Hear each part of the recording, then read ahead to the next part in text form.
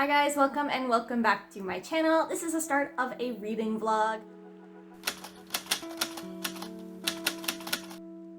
I decided that during the month of December, I'm going to make a reading vlog every week, or at least try to, and post them up throughout the course of the month. I know that I personally watch a lot of reading vlogs when I'm feeling a little bit more lonely.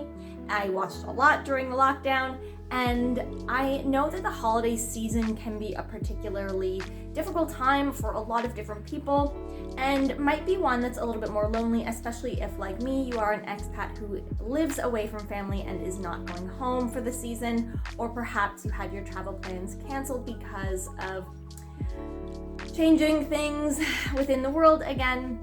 Some book updates. I have acquired some new books. I did not buy these were sort of gifts. So my fantasy book club did a Yule August, which is like a Christmas party, and so we went out for dinner and did a fantasy book Kakalai sort of, which is the game, and I came home with, oh shoot, this is gonna be backwards because I'm doing the thumbnail. Anyway, I got a copy of Priory of the Orange Tree, which is ginormous. So I will hopefully be getting to this in the new year. I haven't read it yet, but I'm really looking forward to it.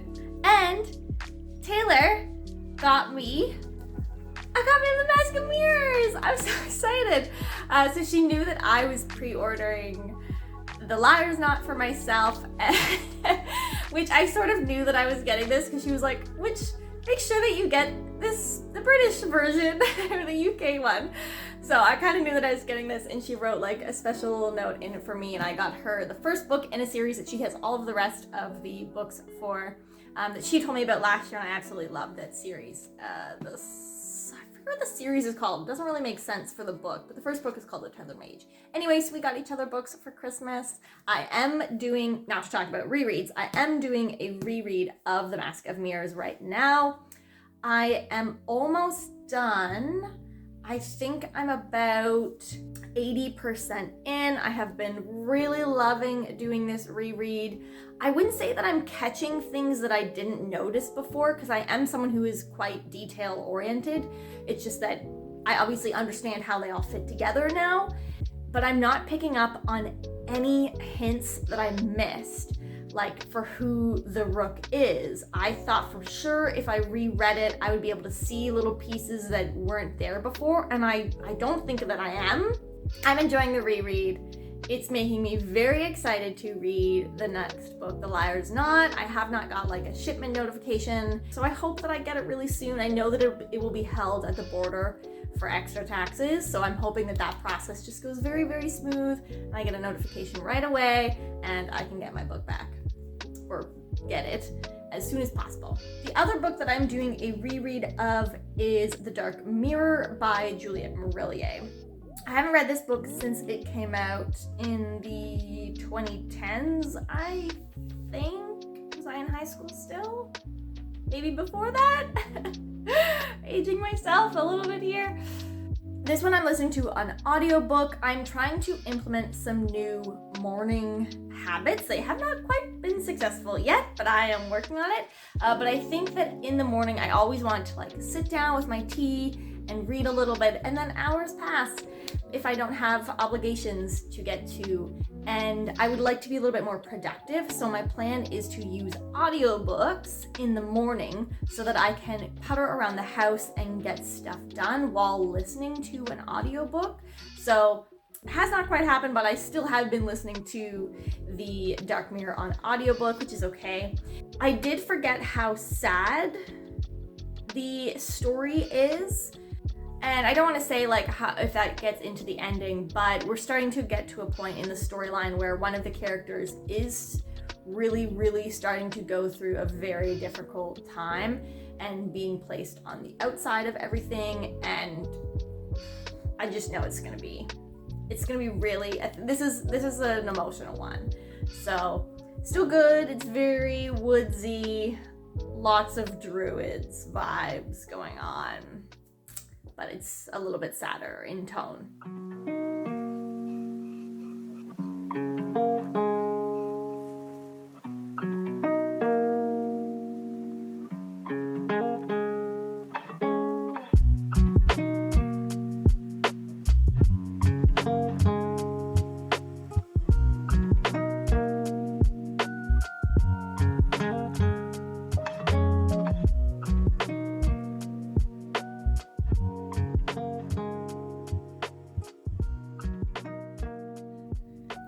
So I am just taking a break to make some hot cocoa. So I thought I would update you. I noticed, or I realized earlier when I was talking about the books, I didn't really explain what the books were about. So The Mask of Mirrors, both of them are rereads.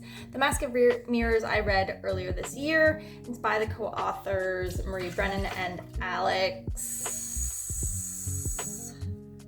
I forget, so I'll put it up. And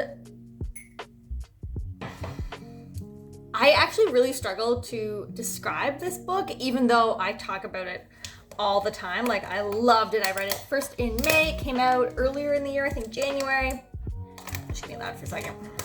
So friends of mine in my book club were asking about The Mask of Mirrors the other day and like what it was about. And I actually realized that whenever I talk about it, I don't explain. And it's kind of hard to actually. So I will attempt it here for the first time, I guess, since the review, although I did do a full review, like a should you read this book. So I will link that in the cards as well. Feel free to check that out if you want more details. But it is at its heart like a con artist story. Their main character, Ren, was originally from this city, left for a while, and now she's come back to make her fortune.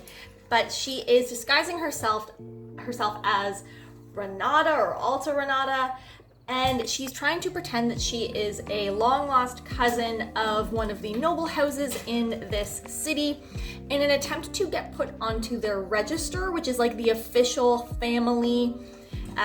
Even though they are, she's a con artist, she's not actually, but even though they are blood related, if you're not on the register, you're not in the family, and basically that would just give her access to all of their accounts, which is what she wants.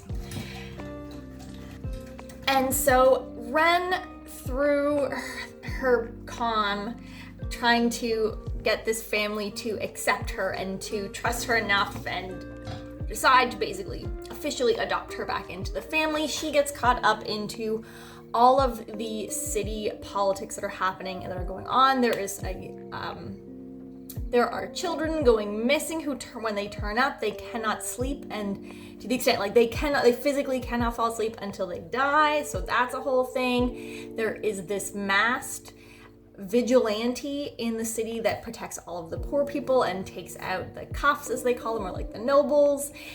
There is political tension going on between all of the noble houses. They all very much so fight with each other. And in fact, the Trementis family, the family that Ren is trying to worm her way into, are actually on the brink of bankruptcy or becoming destitute, and they've made a lot of enemies in the past, and all of the other family houses are sort of trying to take them down.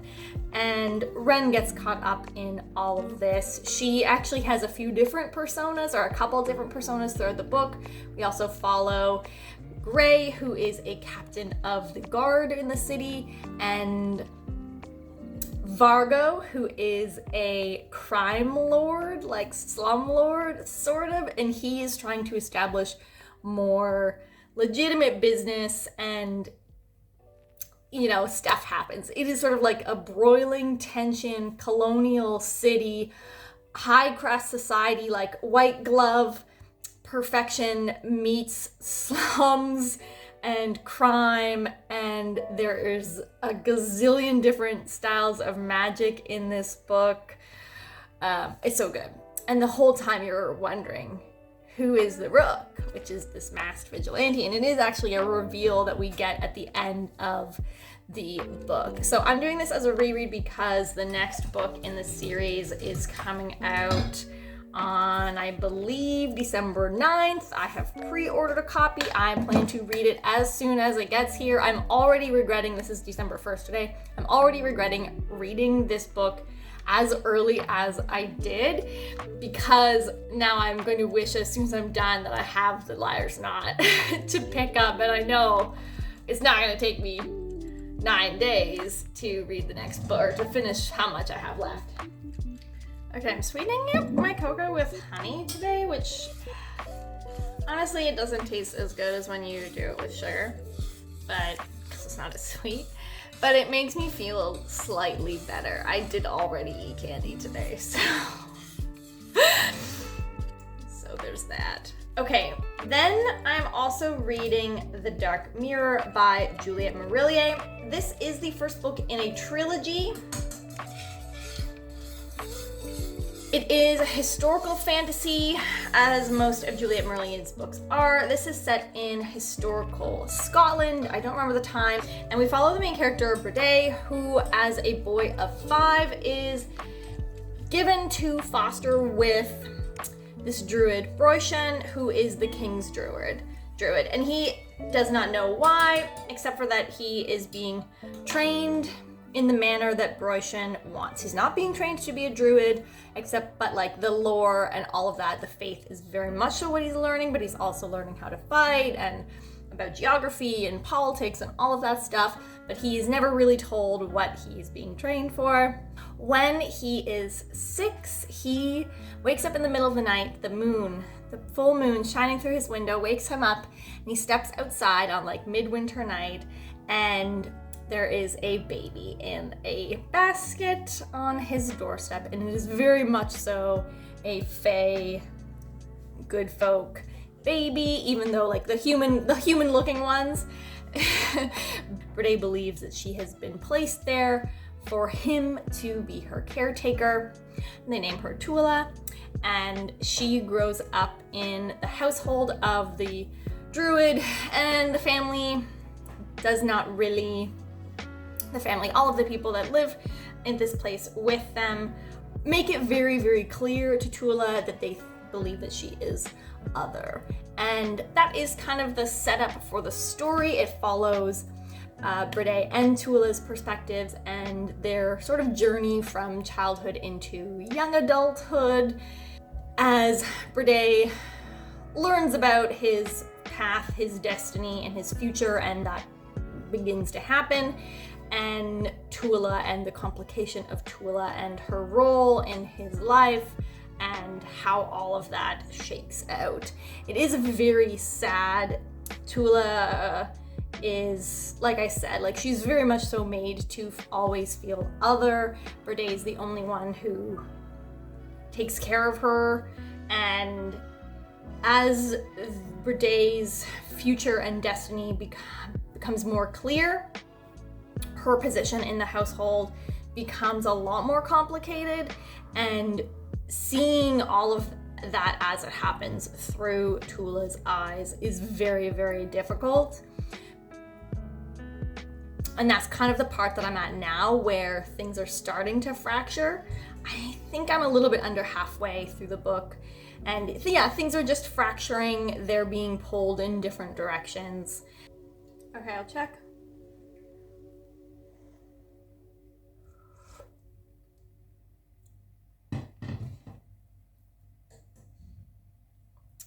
It needs more honey.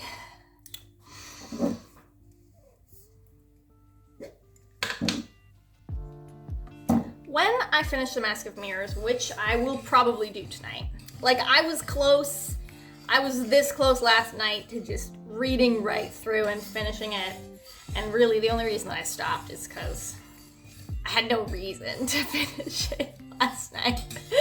This isn't a book, I've read this book, I know how it ends, so I decided to sleep over staying up all night to finish a book that I know how it ends. So I'm not sure what I'm going to read after that. I do have a couple that I have to get to. I might actually start reading The Last Light of the Sun by Gavriel Kay. I honestly might have to check my TBR video that I made to see what the other books are that I want to read. I do have Tigana lined up as, I do have it physically, but I actually think that I might read it next as the audiobook. So whenever I'm done The Dark Mirror, I think that I will start Tigana as the next audiobook that I pick up. But in the meantime, I'll need a physical book, and I know that The Liar's Knot is not gonna get here in time for me to be reading it next. So I guess The Last Light of the Sun. I don't have a copy of A Christmas Carol yet.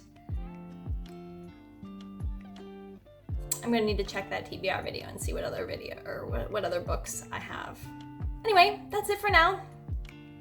I will keep you informed.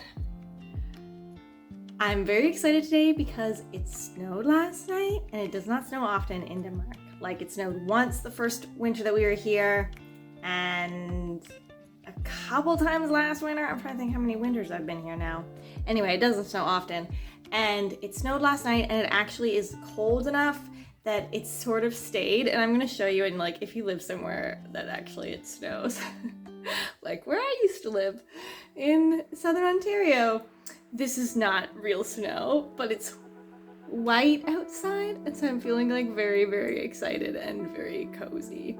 So I have to do some filming for a channel, a couple videos. I think I'm gonna do like a cozy reading goal chat, and I might do a holiday book recommendation or this other funny one that's yoga related that I've been sitting on for a while, and I keep not filming it because I feel like there's a couple books that I've picked out that aren't perfect for the thing. Anyway, but I thought I would show you what my filming setup looks like. It's very technical. So there you have it. Very, very fancy setup. I am lucky to have those full glass windows and a chair that moves, I guess. But otherwise, I don't really have anywhere else to film in this apartment. I did finish The Mask of Mirrors last night. The ending was just as amazing as I remembered. I did pick up towards the end a couple more, I guess, hints that I think like, yeah, I can see that maybe they were hinting at this or that this is a thing. I feel so spoilery when I talk about The Mask of Mirrors sometimes. Okay, still reading The Dark Mirror. I think that I'm going to pick up The Last Light of the Sun next, physically, and keep listening to The Dark Mirror. But if Wildwood Dancing becomes available at the library in the next couple days, I will maybe pick it up as well, because I think it'll be short and quick.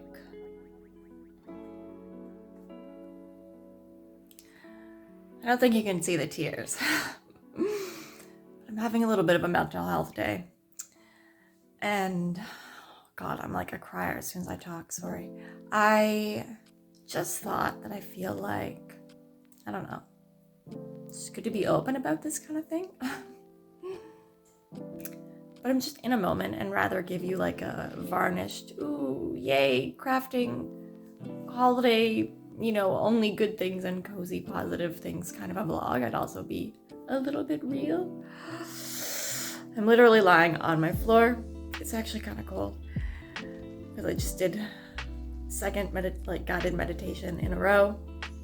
Anyway, it's a combination, or like sort of one of those days that's like all just a bunch of small little things converging all at the same time, and like a few different factors that were already making me a little bit sensitive.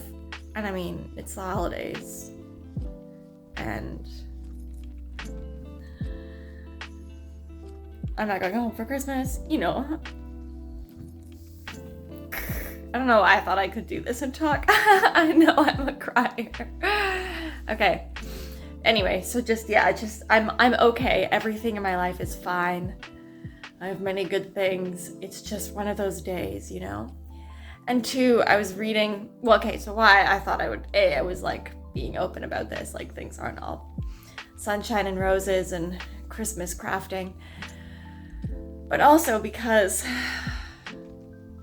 a couple of I think the books that I'm reading right now are a little bit sad. Like The Dark Mirror, I don't want to pick that up to distract me, because I'm getting into the part where it starts to get really difficult emotionally, like where one of the characters goes through a really, really difficult time, and I can't read that today. The other book is just like really heavy, and it's all still like setting up and world building at the plot, like at the very beginning, and it's physical, so I have like some stuff that I need to do, so I don't want to put that on. So my question is, what are your go-to feel-good books? Like, I think A House in the Cerulean Sea is probably a good one, but I don't know that I don't have a copy of that. I don't know if I can get a copy from the library in the moment. and I just like, maybe I should just put on other booktube videos and just like distract myself for a little bit while I get ready. That's it. I will try to get some crafting shots tonight if it's not awkward with people. And feel good books. Let me know. Hit me up in the comments with some like go-to feel good books that always bring a smile to your face. Maybe they're good books. I wonder if I should have like middle grade books handy for that. I have Nevermore. I have the first Nevermore book. Is it good? You won't get back to me in time, obviously. Not good, but like, is it cozy and cute, or is it also like she's an orphan and she's a really sad backstory? I have no idea. If it's a bad backstory, I can't read that today.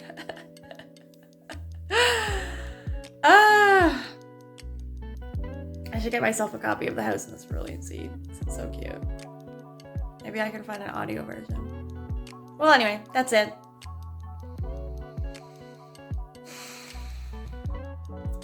Hi, it is Tuesday, which means that this is the last day for this vlog, and then I will sort of start a new vlog tomorrow, and you'll be seeing this on Thursday. So a quick turnaround, hopefully. I thought I would just pop on and update you on where I'm at reading-wise. I also thought I would show you all of sort of like my Christmas crafts that I've been mentioning over the past week, for you to see the finished result, or at least the so far results. I might make some tweaks here and there. So we'll start with the Christmas stuff. Full disclosure, it has been a difficult couple days. I actually felt fine in the evening on Saturday. Like, I put a lot of time into coming down and self-soothing and all of that stuff in the evening or earlier on Saturday, and then my friends came over and we did like the Christmas, do I have some stars? Yes. We made these like Christmas crafting stars, which was some of us. We've been here for a while, so we've done them before. And others, there was a couple, or actually one person who was there this is her first Christmas in Denmark, so we were like teaching her how to do that, and we had gløgg, which is the mulled wine, which was so delicious. It's like my favorite thing about Christmas in Denmark. And not my favorite, it's very delicious. But it has been a difficult couple days since then, just dealing with emotions. Like, it is very, very difficult not going home for the holidays. This is actually our 4th Christmas in a row not being home, and the last 2 have just sort of been outside of our controls. It's very tough with the time difference. It's tough like coordinating stuff with family and wires getting crossed. And last year I really threw myself into decorating. Like, all I did all December was Christmas music and decorating, because I thought if I like really, really leaned into it, it would make me feel better, and it made me feel so much worse. Like, so much more sad. So this year I'm trying to find that happy balance of being like putting stuff up and like crafting, but I'm not overplaying the Christmas music. It actually, if I'm not home, Christmas music like really, really, really makes me cry. I am that person, I have to skip like the I'll Be Home for Christmas. If that comes up on a playlist, I just like skip right away. Don't want to hear it. So anyway, I'll show you the crafts and then we'll talk books. Okay, so this was the wreath that I was making for the advent calendar. You can see, so today is the 7th, which means that tonight we'll burn the candle until it burns down to like just above the 8 here. This is the wreath. It's got like a couple different types of evergreens and whatever those red things are, and a little Danish flag tucked in back there, and some pine cones and stuff. And then this is this other thing that I made. It's just like these 3 little evergreens, and then I wrapped them in like burlap with ribbon, and I put moss all around, and you can't see it, but there's like twinkly lights in them as well, and that little star. And these are I didn't make these the other night, but these are the Christmas stars that we were doing. These ones are from last year.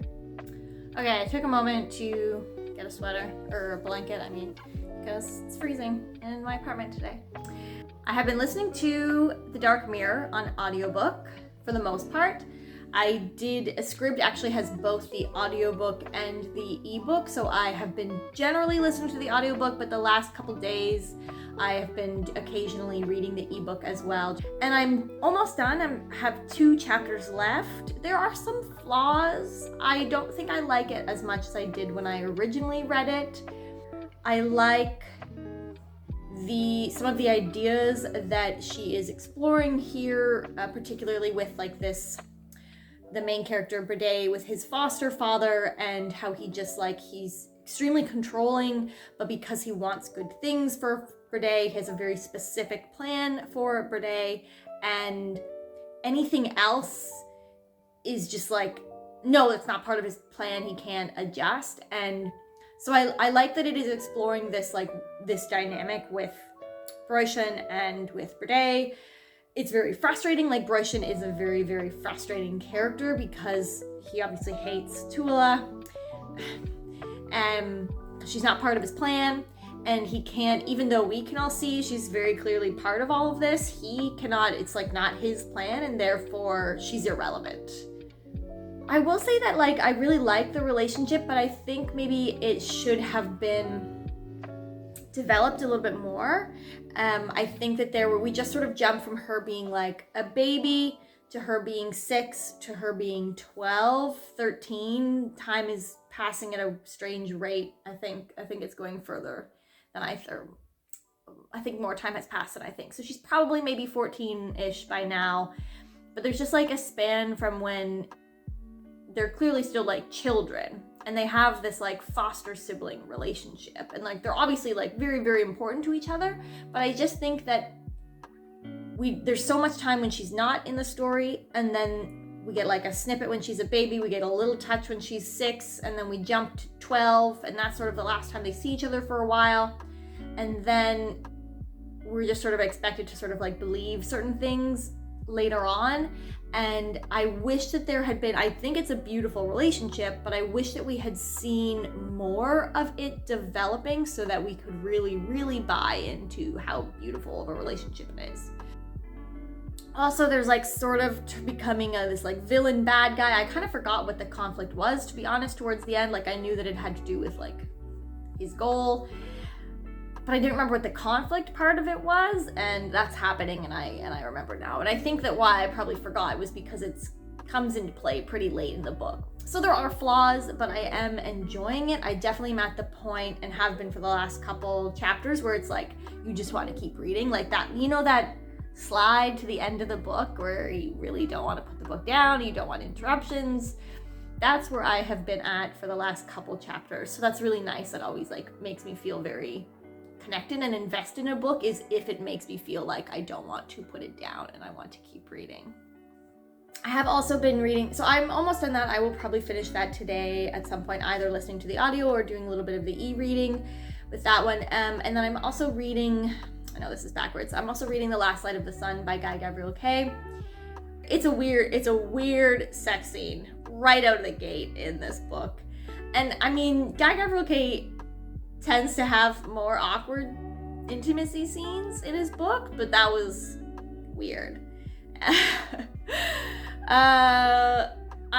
As I am reading into it, at first I really only remembered the one storyline. I'm starting to remember more. We are doing a different, we do get a lot of different points of view. The point of view is changing a lot. He sort of jumps, doesn't hesitate to jump from one POV to the next of anyone in the room in order to tell you what he wants you to know. And I think maybe it's been it's not as jumpy as A Brightness Long Ago, if you've read that. There's a particular horse race scene that my book club just tore to pieces because of how many times we jumped heads in that scene, but it's not that bad. But it does jump a little bit, and something that maybe I'm not as used to as I used to be when I read exclusively Gavriel Kay, essentially. I wouldn't say that I am hooked on the story yet, but I am somewhat intrigued. I do wish that there was a map. There's never a map with Gavriel Kay books, and it's Europe, but sometimes it's very clear what the country is, but in this case I'm not completely certain. I mean, I know Vinmark is Denmark, right? That one's clear. It's some sort of, what's one of the Scandinavian pre-breakup between Norway, Sweden, and Denmark and all of that. Like it's Scandinavia. But I can't tell if we're in Ireland or Scotland, or I think the Anglicans are the British. Like I think that's the south of the UK, but I can't quite 100% figure out where we are. I think we're in Scotland for the other part, but I'm not certain. But it's okay. Like I'm just not hooked yet. I think I do not use bookmarks, by the way. I'm like, I'll remember the number kind of a person, and then I'm not remembering the number right now. I'm about 100 pages in. So I'm going to keep ticking away at this one. This one's definitely, it seems like it's going to be a slow slog for me unless I suddenly feel hooked and just get right into it. But otherwise, I'm going to keep chipping away at that one. Wildwood Dancing by Juliet Marillier did become available. I have taken out the ebook. I haven't started it yet. Otherwise, I'm not certain. Oh my gosh, I'm just realizing that today's December 7th and The Liar's Knot comes out today. I better get my pre-ordered copy real soon. Yeah, hopefully you will see that. The saga of when The Liar's Knot shows up will be in the next vlog, I suppose. I better get an email from Amazon today saying that shipped. One time I used Book Depository, it came super late. Another time I did use a Danish company and it also came late, like well after the publication date, because they physically hadn't even received it from the publishers to then send to me yet. Like, so I thought Amazon will get it here on or close to the pre-order date. That's probably gonna be the next book that I read. Now that I'm realizing what day it is, like 100%. Wildwood Dancing can wait. I will just slog away I'll finish The Dark Mirror. I will keep reading The Last Light of the Sun until The Liar's Knot gets here. And then I'm gonna put everything else down and read that. Okay, well that is it for this vlog. I think hopefully it's not too long.